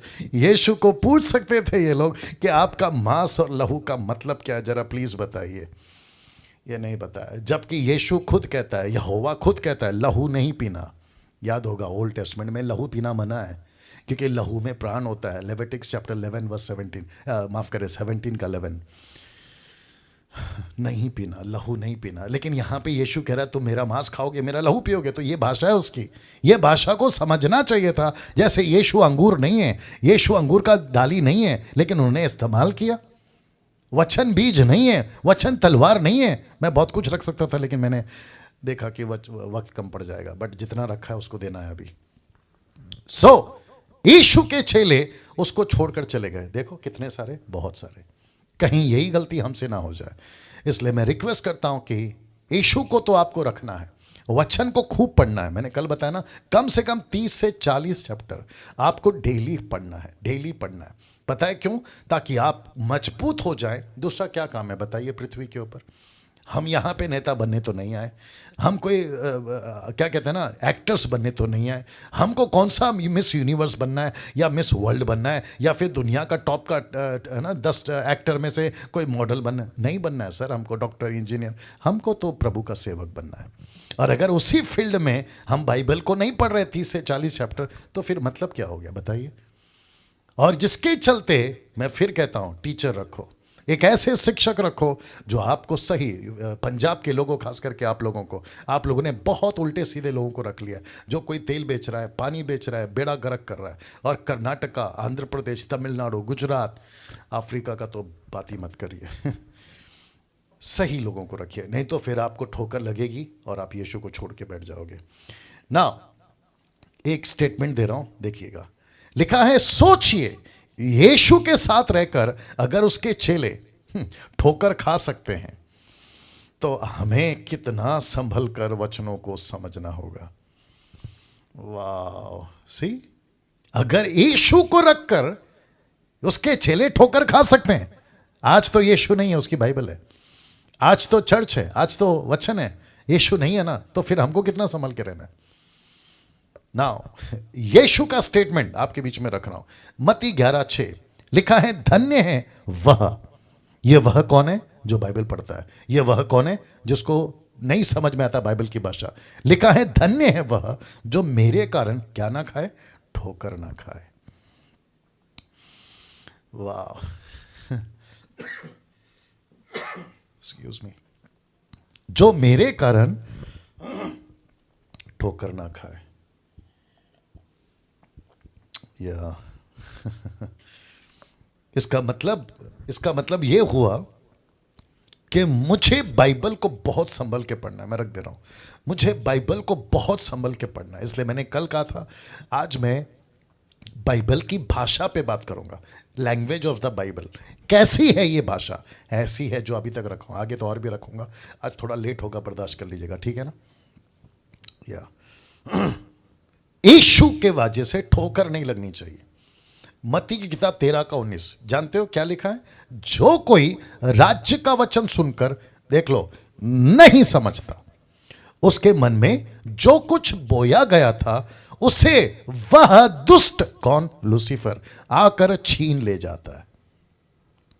जो नहीं समझता, माय गुडनेस, उसका नाश होना तय। कहां लिखा है? दूसरा पत्र 3:16। वैसे ही उसने अपनी सब पत्रियों में भी इन बातों की चर्चा की है, जिनमें कितनी बातें ऐसी हैं जिनका समझना कठिन है, पर अनपढ़ चंचल लोग उनके अर्थों को भी पवित्र शास्त्र की और बातों की नाई खींच तान कर अपने ही नाश का कारण बनाते हैं। हमको मूर्ति पूजा नाश नहीं कर रहा है, हमको शैतान नाश नहीं कर रहा है, हमको कोई और नाश नहीं कर रहा है, नशा नाश नहीं कर रहा है, पैसा नाश नहीं कर रहा है, हमारी खुद की अधूरी नॉलेज, हमारा खुद का अधूरा ज्ञान आज हमको नाश कर बैठेगा अगर ठीक से नहीं समझा बाइबल की भाषा को। तो यही तो लिखा है ना, दुष्ट आकर छीन ले जाता है। देखो, दुष्ट आकर छीन ले जाता है कब? अगर नहीं समझा तब। तो अच्छे अच्छे गए इसके अंदर, अच्छे अच्छे गए। माय गुडनेस, उंगलियों पे गिनेंगे हम। जब न्याय का दिन आएगा ना, तो हम जिसको टीवी पे देखते थे ना, वो नरक में मिलेगा। जिसको हम इंटरनेशनल प्रीचर बोलते थे ना, नरक में मिलेगा। हम जिसको इंटरनेशनल बिशप बोलते थे ना, नरक में मिलेगा। पता है क्यों? क्योंकि अच्छे अच्छे फेल हो गए। इसलिए पतरस बोल बैठा कि कई लोग अपने नाश का कारण बन जाएंगे, अपने नाश का कारण बन जाएंगे। ये चित्र देख लीजिए, फिर मैं बात करता हूं। लिखा है 3 लेवल्स ऑफ क्रिश्चियंस। मैं रिपीट करता हूं, 3 लेवल्स ऑफ क्रिश्चियंस। अंडरस्टैंडिंग आपको समझना होगा। क्या? एक है 100, दूसरा है 60 और तीसरा है 30। 3 levels of Christians understanding the concept of 100, 60 and 30। आपने पढ़ा होगा ना ये वाला वचन, जो अच्छी भूमि में बोया गया, यह वह है जो वचन को सुनकर समझता है और फल लाता है। कोई 100 गुना, कोई 60 गुना और कोई 30 गुना। मैं आपसे एक प्रश्न पूछ सकता हूं, क्या 30 वाला ठीक है? नहीं। क्या 60 वाला ठीक है? नहीं। लेवल कहां पर है पता है? 100। जब आप किसी नौकरी पे जाते हो ना, तो 30% वाला मार्क नहीं चलेगा, 60% वाला मार्क नहीं चलेगा। आपको कितना देना होता है पता है? 100। आप किसी भी फील्ड में जाओ। लेकिन यीशु यहां पे कहते हैं, यीशु क्यों कह रहे हैं पता है? क्योंकि ऐसे 3 तरह के क्रिश्चियन तब भी थे, ये 3 तरह के क्रिश्चियंस आज भी हैं। और ये 100 गुना, 60 गुना, 30 गुना। मैं आपको बताता हूं, अभी जूम पर भी है ना, आप लोग जो बैठे हैं ना, आप में भी कोई लोग 30 लोग हैं, 30% वाले। आप में से कोई 60 वाले और आप में से कोई 100 वाले हैं। लेकिन मुझे और यीशु को क्या चाहिए पता है? हमको चाहिए टोटल 100 गुना वाले। जो 100 गुना वाले होते हैं ना, वो क्या करते हैं पता है? 2 तिमोथी 2:15 को ठीक से हैंडल करते हैं। क्या लिखा देखो, जो सत्य के वचन को ठीक रीति से काम में लाता हो। ये 30% वाले, बहुत ध्यान से सुनना, गजब की बात बोल रहा हूं, ये 30% वाले परमेश्वर के वचन को हैंडल नहीं कर पाएंगे। ये 60% वाले भी ये परमेश्वर के वचन को हैंडल नहीं कर पाएंगे। आपको पता है कौन कर पाएंगे? सिर्फ 100 वाले, सिर्फ 100 वाले। अब आप सोचिए, आपकी लेवल कहां तक जानी चाहिए? आपकी लेवल जानी चाहिए 100 के लेवल पे। आपका क्या कहते हैं, एक्सपीरियंस बाइबल का, आपका अंडरस्टैंडिंग बाइबल का, आपको परमेश्वर के राज्य को समझने का लेवल 100 होना चाहिए। ना 30 चलेगा, ना 60 चलेगा, लेकिन हमको पूरा का पूरा 100 चाहिए ना। मैं समाप्ति पे भी आ रहा हूं और साथ में आपको यहां से आपको कौन से बताओ। अब ये तीसरा लेवल आ गया, ये 3rd लेवल है। कैसे, मैं आपको बताता हूं। अब आप सभी ये चित्र को एक बार देख लीजिएगा और साथ ही साथ ये पूछेगा यहां क्या क्या था, यहां क्या क्या था, मतलब यहां पे क्या क्या था या क्या क्या हुआ था, ठीक है ना। जो अलग भाषा में बातें हुई, जैसे कि सांप को बोला लेकिन वो शैतान था, स्त्री का बीज को बोला लेकिन वो यीशु था, राइट। जिसके चलते 3:15 मैं तेरे और स्त्री के बीच में बैर और तेरे वंश और उसके वंश के बीच में बैर उत्पन्न करूंगा। तो इस बगीचे में परमेश्वर ने डायरेक्ट नहीं कहा कि शैतान तू शैतान है और औरत हव्वा तेरे द्वारा यीशु पैदा होगा, ऐसे नहीं बोला। यहां पे बातों को चेंज करके, भाषा अलग करके, एग्जाम्पल में सांप शैतान था लेकिन सांप कहा, यीशु था लेकिन स्त्री का बीज बोला। तो शुरुआत कहां से हो गई बाइबल की भाषा? ठीक यहां से। तो शुरू से ही पढ़ते वक्त में आगे जैसे बढ़ोगे, आपको बाइबल की भाषाओं को समझना जरूरी है, इसलिए ये रखा है मैंने। तो फिर से कहता हूं, कुछ लोग कहते हैं कि हमको बाइबल कठिन है। मेरा दावा है कल से लेके आज तक और बाकी के 2 तक आपको बाइबल कभी कठिन नहीं लगेगी अगर इस एंगल से पढ़ोगे या इस एंगल से पढ़ोगे। तो वापस कहता हूं, जीसस बोल सकता था, माफ करें, परमेश्वर बोल सकता था कि ये शैतान नहीं, माफ करे, ये सांप नहीं, ये शैतान है। और औरत को कह सकता था कि यीशु तेरे द्वारा पैदा होगा आज से ठीक 4000 साल बाद, ऐसा बोल सकता था, लेकिन नहीं बोला। उसने कहा तेरा, यानी कि सांप, शैतान को कहा तू सांप है, और स्त्री को कहता है कि जो बीज तेरे अंदर है वो यीशु, जो कि 4000 साल बाद आने वाला था। अब आप सोच के देखिए, तो ऐसी भाषा को पकड़ना होगा ना। इसको देखिए, मत्ती 3:21 में, बहुत ध्यान से देखिएगा, उसका सूप उसके हाथ में है, वह अपना खलिहान अच्छी रीति से साफ करेगा, अपने गेहूं को तो खट्टे में इकट्ठा करेगा, परंतु भूसी को उस आग में जलाएगा जो बुझने की नहीं। अब आपको पता है, ये इतने से वचन में यूहन्ना बपतिस्मा देने वाले ने टोटल मैसेज दे दिया कि यहां चर्च है, खलिहान का मतलब चर्च है, सूप का मतलब है कि यीशु न्याय लेकर आएगा, और लिखा है कि गेहूं यानी कि बॉर्न अगेन ट्रू क्रिश्चियंस, और भूसा मतलब ऐसे लोग जो परमेश्वर को नहीं जानते। टोटल एक ही वचन में टोटल बातें आ गए, सूप, खलिहान, गेहूं, भूसा, ऐसे पढ़ना है। जब आप ऐसे पढ़ते हो, आपको दूध का दूध, पानी का पानी हो जाता है। उत्पत्ति 1:14 में देखो क्या लिखा है। लिखा है, परमेश्वर ने कहा दिन को रात से अलग करने के लिए आकाश के अंतर में ज्योतियां हो और वे चिन्ह हो। इसका मतलब है साइन। साइन इसको कहते हैं कि परमेश्वर ने शुरू में ही पृथ्वी को अंत करने का चिन्ह रख दिया था। जिस दिन सूरज काला होगा, जिस दिन चांद लाल होगा, जिस दिन तारे गिरने लगेंगे, जिस दिन पृथ्वी डोल उठेगी, समझ जाना कि यीशु आने वाला है। तो इसको कहते हैं कि चिन्ह। ये कौन सी भाषा है? ये बाइबल की भाषा है भाई।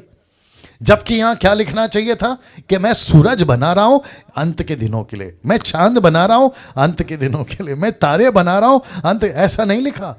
कहता है कि आकाश में ज्योतियां रखूंगा ताकि वो चिन्ह के रूप में ठहरेंगी। जैसे यहूदियों ने पूछा हमको चिन्ह दिखा, तो यीशु कहता है योना को छोड़ मैं दूसरा चिन्ह नहीं बताऊंगा। योना का मतलब पता है ना, जिसके पेट में, माफ करें, मछली के पेट में योना था। फिर मूसा ने सांप को लटकाया, वो चिन्ह, यानी कि यीशु क्रूस पे लटकेगा। See the language of the Bible. क्या इतने मैच्योर हैं हम आज? क्या इतने परफेक्ट हैं हम आज कि ऐसी भाषाओं को हम टक टक करके पता लगा सकें और खुद को भी इक्विप कर सके, दूसरों को भी इक्विप कर सके? अब इसको देखिए 17 का 1 से 2 तक में। अब यहां पे क्या क्या देखिएगा, लिखा है, फिर उसने अपने चेलों से कहा, हो नहीं सकता कि ठोकरें ना लगे, परंतु हाय उस मनुष्य पर। यह मनुष्य कौन है? प्रभु का सेवक, जिसके कारण वे आती है, जो छोटों में से, छोटे मतलब कलीसिया की बात हो रही है, यीशु के लोगों की बात है, ठोकर खिलाता है, उसके लिए भला होता। लाल में जितना रखा है उसका मतलब कोई ना कोई है, ठीक है ना। भला होता, भला का मतलब क्या है? वो कभी पास्टर बनता ही नहीं क्योंकि गलत सिखा रहा है आजकल। वो कभी बिशप अगर बनता ही नहीं तो उसके लिए भला होता क्योंकि बिशप बनकर गलत सिखा रहा है। वो कभी अपोस्टल प्रॉफिट बनता ही नहीं क्योंकि उसके लिए भला होता क्योंकि आजकल उल्टा सीधा कर रहा है। लिखा है चक्की का पार्ट उसके गले में लटकाया जाता है, मतलब ये पाप से कभी छूटता नहीं क्योंकि चक्की का पार्ट बोझ दर्शाता है। लिखा है समंदर में डाल दिया जाता। इसका मतलब है समंदर बोले तो नेचुरल समंदर नहीं, बात हो रही है संसार की। वाह, सी, ये है उसकी भाषा। कोई चक्की का पार्ट कभी किसी के गले में नहीं डाला गया, किसी को समंदर में नहीं छोड़ा गया। यह बात है परमेश्वर के लैंग्वेज की। इस तरीके से बात करता है ना। इसको देखिए 10 का 19, माफ करें, लूका 10 का 19। देखो मैंने तुम्हें सांपों, ब्रैकेट में शैतान और उसकी सेना, और बिच्छुओं को रौंदने का, शत्रु की सारी सामर्थ पर अधिकार दिया है, किसी वस्तु से तुम्हें कुछ घटी नहीं। बिच्छू किसको बोल रहा है पता है? दुष्ट आत्मा को। सांप किसको बोल रहा है पता है? शैतान और उसकी सेना। ये उसकी लैंग्वेज है। क्या कभी पता लगाया था? ऐसे पढ़ना है। अब इसको देखिए बहुत तैयार हो जाइएगा। आपने कभी ये चित्र, जिसको कहते हैं the old skin and the new skin and the old wine and the new wine, कभी सुना था? ये यीशु की भाषा है। यीशु को दरअसल बोलना था ओल्ड स्किन मतलब संसार पुराना, नया स्किन मतलब नया विश्वासी, ओल्ड वाइन मतलब पुराना बातें या पुरानी व्यवस्था, न्यू वाइन का मतलब है अनुग्रह, यानी कि नई बातें, यीशु की बातें। तो आप इसको देख लीजिए, वचन क्या कहता है देखो। लिखा है नया दाखरस पुराने मशकों में नहीं बढ़ते, क्योंकि ऐसा करने से मशके फट जाते हैं, दाखरस बह जाता है और मशके नाश हो जाती है, परंतु नया दाखरस मतलब पवित्र आत्मा, मतलब यीशु का मिशन, मतलब यीशु की बातें, मतलब परमेश्वर का राज्य नए मशकों में बढ़ते हैं, मतलब नया विश्वासी, नया व्यक्ति जिसको मैंने नया किया है, जो संसार से कट गया है, संसार से अलग हो गया। लिखा है भरते हैं ताकि दोनों बचे रहें। ओ दोनों बचे रहें। ये है बाइबल की भाषा। क्या कभी ऐसे पढ़े थे? पढ़ना चाहिए, पढ़ना चाहिए। अब ये चित्र से आप लोग वाकिफ होंगे। ये चित्र आपको सभी को पता है क्या है। ऊपर देख लीजिए, 5 कुंवारियां जा रही हैं तेल लाने के लिए। बाकी जो कुंवारियां हैं 5, वो अपनी तैयारी कर रही हैं। मत्ती का 25 का 1 से लेकर आपको पता होगा। इससे क्या सीख सकते हैं पता है? जो कि आपने देखा होगा। इसलिए यीशु कहता है 10 में, कहता है जागते रहो, सतर्क रहो। ये मैसेज क्या है? जबकि यीशु को डायरेक्ट बोलना चाहिए था, हे 50% क्रिश्चियन तुम लोग जो है ना सोते रहोगे, हे 50% क्रिश्चियन तुम लोग है ना तैयार होगे, ऐसा बोलना चाहिए था। लेकिन नहीं बोला। एग्जाम्पल किसका दिया? 10 कुंवारियों का। ये भाषा है बाइबल की, हमको समझना होगा ना। माफी चाहता हूं, टाइम हो रहा है। The book of Daniel and the book of revelation, आपको पता है, आपको पता है, ऐसी ही भाषाओं में बातें की थी। वो चाहे डैनियल के टाइम का यीशु हो या जॉन द बैप्टिस्ट कह रहा हूं, या होना द डिसाइपल ऑफ जीसस, उसकी बात हो, दोनों ने ऐसा ही यीशु को देखा। आप देख लीजिए, आपके सामने रखा है मैंने, बाइबल में है ना। ऐसा ही यीशु को देखा। दिवटों के बीच में पैर पीतल के, आंख से आग निकल रही है। ये क्या कहते हैं ना, फुटका बांधा हुआ है, वस्त्र सफेद हैं, सर के बाल से लेके पैर तक सफेद सफेद, पवित्रता को दर्शाता। ये बाइबल की भाषा है। ये बाइबल की भाषा है जिसको समझना होगा। नहीं तो अगर आप ऊपर ऊपर पढ़ोगे बेड़ा गर्क कर जाओगे और ऐसे ऐसे डॉक्ट्रिन बना दोगे जो कि गड़बड़ कर जाएगा। डैनियल का सपना, आप ये फोटो देख लीजिए जो कि मैं डैनियल के टाइम पे बता चुका हूँ। सर पे गोल्ड सिल्वर वाला सीना, जो पैर है थाइस ब्रास के, और आपका पैर जो कि आयन और क्ले दर्शाता है कैपिटल, 10 कैपिटल को रोम का। फिर उसके बाद में बेबीलोन है, फिर मादी फरसी है, ग्रीस है। ये सब किस पे बात कर रहा है? इसको कहते हैं बाइबल की भाषा, इसको कहते हैं लैंग्वेज ऑफ द बाइबल। क्या नहीं समझना चाहिए? समझना चाहिए। पवित्र आत्मा को एक बार कबूतर कहते हैं और फिर उसी पवित्र आत्मा को एक बार कहते हैं जीभ। ये किसकी भाषा है? बाइबल की भाषा है। प्रभु कहता है मैं उतारूंगा पवित्र आत्मा को कबूतर के रूप में। क्यों? तो क्या पवित्र आत्मा कबूतर है? आजकल आप देख सकते हैं बहुत सारे पेंटिकॉस्टल कैरिस्मेटिक मीटिंग में आपका जब भी रिवाइवल, पावर कॉन्फ्रेंस, इसमें तो पवित्र आत्मा को कबूतर ही रखते हैं। मैं बिल्कुल उसके फेवर में नहीं हूं। मैं तो कहता हूं नहीं रखना चाहिए, क्योंकि परमेश्वर अभी आपको समझाने के लिए सारा लिया है। अब आप सोचिए, यीशु मसीह के ऊपर किसके रूप में उतरा? कबूतर के। तो क्या है? ये भाषा है बाइबल की। लेकिन मूर्खता देखो आज लोगों की, पवित्र आत्मा को कबूतर बना दिया है। वाह। और जीभ जब 120 के ऊपर उतरी थी तो जीभ तो कहते टंग्स टंग्स टंग्स, बोला जब तक टंग्स में बात नहीं करोगे पवित्र में। ये एक अलग बेड़ा गर्क है। ऐसों के साथ में इनको जोड़ना ही पड़ेगा। फोटो देख लीजिए। ये यीशु की भाषा है। क्या कहते पता है? कहता है झूठे भविष्यवक्ताओं से सावधान। तो ये कौन है? यीशु के नजर में ये भेड़िए नहीं है, ये झूठे भविष्यवक्ता है। लेकिन देखो यीशु इनको भेड़िया बोल रहा है। कहता है झूठे भविष्यवक्ताओं से सावधान रहो, जो भेड़ों के भेष में तुम्हारे पास आते परंतु अंतर में फाड़ने वाले भेड़िए हैं। यही भाषा पतरस ने, माफ करें, पौलुस ने इस्तेमाल करी। वो कहता है 10 का 29 में, मैं जानता हूं कि मेरे जाने के बाद फाड़ने वाले भेड़िए तुम में आएंगे जो झुंड को ना छोड़ेंगे। ये किसकी भाषा है? ये बाइबल की भाषा है। क्या ऐसे पढ़ते हैं हम? पढ़ना चाहिए, पढ़ना चाहिए। इस तरीके से यीशु बात करते थे ना। इसको देखिए, मैं समाप्ति पे आ रहा हूं। अब आप सोच रहे होंगे ये क्या है। यहां टोटल 6 बातें। कितनी बातें? 6 बातें। मैं रख देता हूं। सबसे पहला लिखा है, यदि कोई उस नेव पर सोना चांदी बहुमूल्य पत्थर, ये हो गया ऊपर जो लिख रहा है, सोना चांदी और डायमंड्स, ये हो गया। बट नीचे क्या लिखा है मालूम है? काट घास फूस, ये है जो जल रहा है ना, क्योंकि पवित्र आत्मा आएगा, न्याय आएगा, इन सब को जलाएगा। लेकिन बचेगा क्या पता है? सोना चांदी हीरा। ये क्या है? मिनिस्ट्री। ये क्या है? मिनिस्ट्री। तो एक्सक्यूज मी, आज हम नहीं दिखते सोना, लेकिन हमारी मिनिस्ट्री सोने जैसी। आज हम नहीं दिखते चांदी, लेकिन हमारी मिनिस्ट्री चांदी जैसी। आज हम नहीं दिखते डायमंड, लेकिन हमारी मिनिस्ट्री डायमंड जैसी है। लेकिन जिसकी दिखती है ना सोना चांदी डायमंड, वो निकलेंगे घास फूस और लकड़ी। Can you believe this? मेरी मुसीबत है, मैं क्या करूं, आगे बढ़ना पड़ेगा। कभी सोचा था कि एक ऐसा व्यक्ति जिसका नाम है राजा दाऊद, उसके पास में एक व्यक्ति आता है जिसका नाम है नातान। राजा दाऊद से गलती हो गई थी, आपको पता है। नीचे जो बैठा है ना वो राजा दाऊद बैठा है, आप लोग देख सकते हैं जो यूट्यूब के लोग हैं। और जो उनको डांट रहा है, समझा रहा है ना, वो नबी नातान है, ठीक है ना।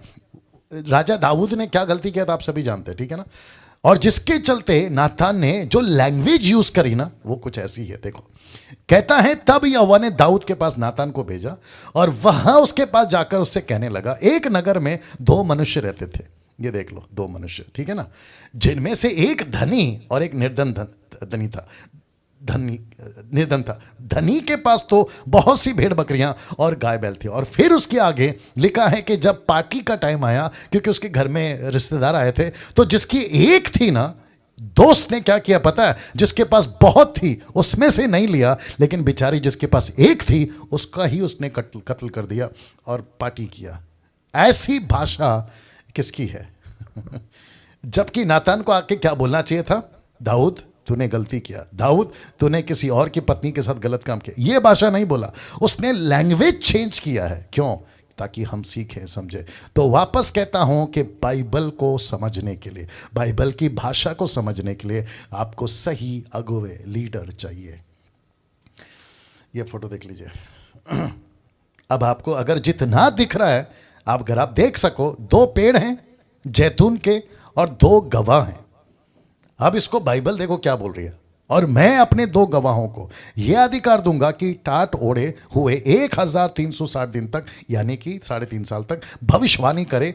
फिर उसका वचन आगे कहता है, ये वही जैतून के दो पेड़, दो दिविट जो पृथ्वी के प्रभु के सामने खड़े रहते हैं। दरअसल ये लोग कौन है? एक तो पक्का है हनोक, दूसरा होना चाहिए एलिया या मूसा। मैं इसमें मेरे को कंफर्म नहीं है, इसलिए मैं 3 नाम ले रहा हूं, बाकी प्रभु जाने, और जब आएगा तब जानेंगे, ठीक है ना। ये कौन सी भाषा है यार? ये बाइबल की भाषा है। कैसे परमेश्वर बोल सकता है जैतून के दो पेड़? कैसे बोल सकता है कि ये दो गवाह हैं? और देखो ऐसा ही कुछ दृश्य स्वर्ग में दिखता होगा, ऐसे ही कुछ। तो ये किसकी भाषा है? कौन समझे? जो मसीह के पवित्र आत्मा के सेवक भरे हुए, जो सही शिक्षा देने के लिए मसीह के ध्येय में रखें, वे बता पाएंगे। तो ऐसे वचनों के भाषाओं का ज्ञान आपको होना जरूरी है। अगर ये नॉलेज नहीं है, आप अपनी अलग अलग डॉक्ट्रिन बना दोगे। मैं वापस